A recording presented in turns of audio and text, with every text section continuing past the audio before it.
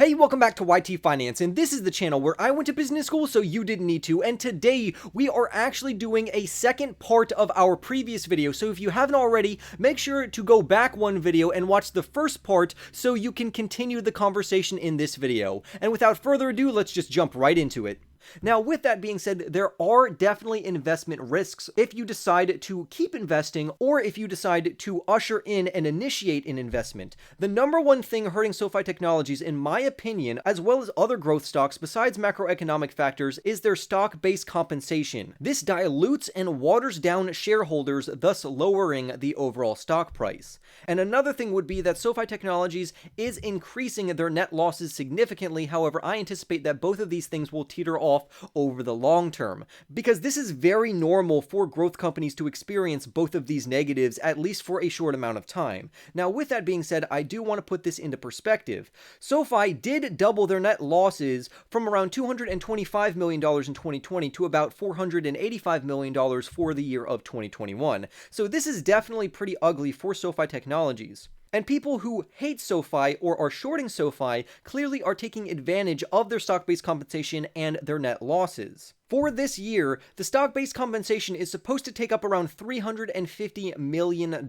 So these are real risks, and I want you to be aware of these risks so you can make a wise investment decision. However, this is very normal for growth stocks to experience both of these things. However, if you believe in the company's fundamentals, and if you don't believe that the company is going to go broke, which I don't think they are, there is very good long-term potential for this company, and to me, it's a compelling buying opportunity as long as you are practicing good risk management and you are not already overexposed to one single company, because that would just be bad risk management. So with that being said, we need to move on. Is it worth the current risk to reward ratio, and will Sofi Technologies be profitable in the future? Well, I have a whole video dedicated to this, and yes, the current projections does say that Sofi Technologies will be a profitable company as soon as 2024. The company is literally participating in a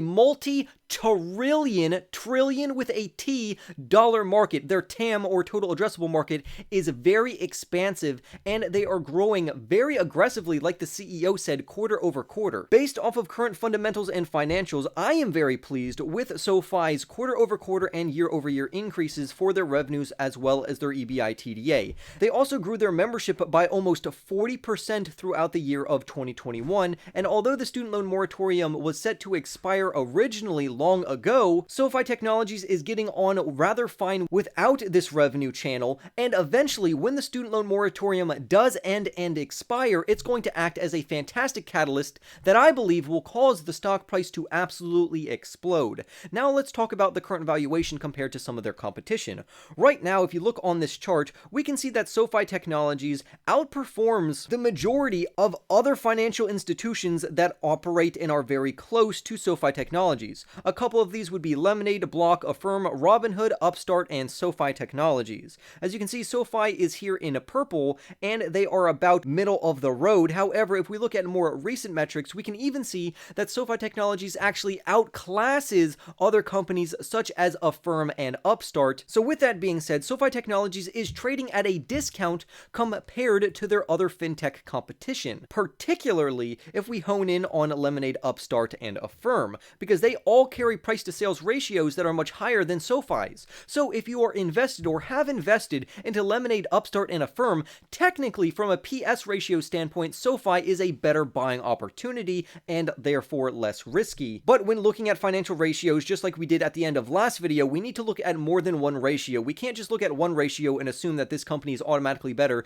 because they have a better PS ratio. But regardless, the demand for Sofi's services and technology as well as their products is going to be fantastic for a long-term buying opportunity in the overall SOFI stock. So we should definitely continue to practice good risk management before we throw in the towel for Sofi Technologies. The student loan moratorium will act as a fantastic catalyst when students end up resuming their payments on their student loans, and this is going to be very, very good for the overall SOFI stock price. Now, I actually want to back off and stop talking about Sofi's customers, particularly everyday customers such as you and me, and I want to talk about their business customers, their B2B or business-to-business customers. And if you didn't know, they acquired Galileo, and Galileo is a digital payments platform that targets small to medium-sized businesses, which makes up SoFi's enterprise sales. Galileo has been growing rapidly, and not many people are talking about this. They grew from around 60 million accounts to over 100 million accounts within just a single year. So not only is SoFi Technologies doing pretty well despite the student loan moratorium based off of everyday customers such as you and I, but their business-to-business customers and enterprises are doing absolutely fantastic. And because of this, SoFi Technologies plans to roll out even more financial services products to help differentiate themselves from other fintech companies. This is not only going to increase their overall competitiveness in the market, but it's also going to add even more revenue channels. And I really want to drive this point home.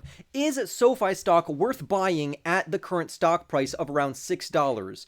I say yes. Why do I say that? The reason for this is because SoFi Technologies is a growth stock, and when we value a growth stock, we are basing its current stock price based off of its future net revenue potential, and SoFi has a fantastic future net revenue potential, and the reason how we know this is that SoFi is anticipated to grow top-of-the-line revenues by around 45% for the next few years. We even heard this in our first article from the CEO himself. So we're basing SoFi's current stock price based off of their future net revenue potential, which means that currently the stock price is actually trading at a slight discount. Now, if you're trying to pin their current stock price based on the revenues that they're bringing in now, yes, you could make an argument saying that the current stock price is expensive, but if we put it into perspective that this is a growth stock, it's actually a fantastic investment opportunity in my personal opinion. If you don't believe me, you can go and look at some of the ratios that we looked at the end of the last video. But despite SoFi being a market leader in the fintech space, and in my opinion, dominating this space as of right now, their competition is still growing.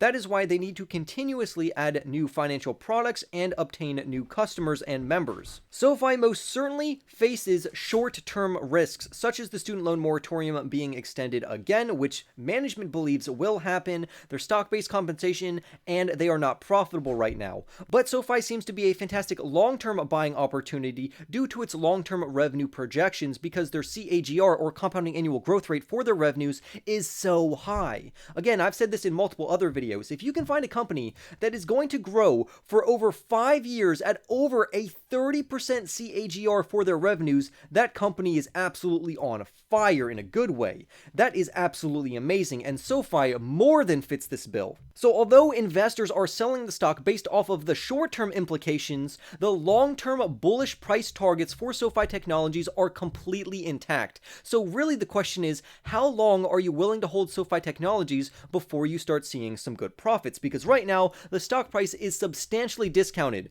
They're trading at around a 75% discount from their all-time highs. They have experienced around a 56% drop from the start of the year of 2022 and a 37% drop from $11. So with all of that being said, let's determine when SoFi Technologies will bounce back, because right now growth stocks in general, not just SoFi Technologies, are being hit very hard. Two great examples of this is Kathy Wood of ARK Invest's ARKK fund, which is a conglomeration of a lot of different growth stocks, and that has absolutely plummeted, even though some of the companies that ARK holds I actually really like. And even another growth company such as Netflix has fallen around 50%, and then recently it fell another 35% in a single session because their overall subscribers were less than anticipated. So this is not just a problem for SoFi Technologies, this is a macroeconomic problem. Now, I do want to read this straight from the article, and I think this is going to be very good for many investors to hear. And this is going to tell us when SoFi Technologies could potentially rebound. And in our first article, it's when either a catalyst or news comes out about it and it breaks above around $7.40.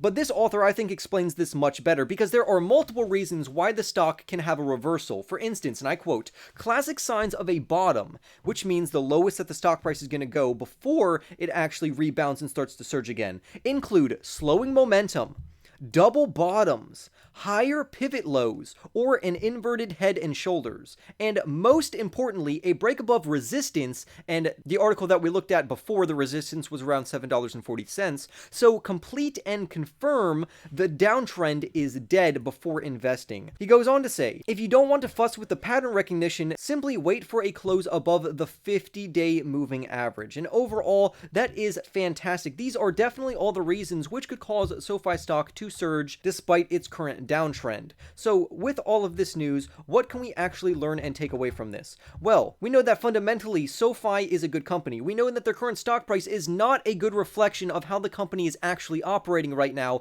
and we know eventually these short-term negative news developments will fade away, and the long-term still is very bullish, and it looks good for Sofi Technologies. So with that being said, remember to go and smash that like button right now, comment your thoughts down below about the SoFi stock, subscribe if you are new, and I'll see you in the next YT video.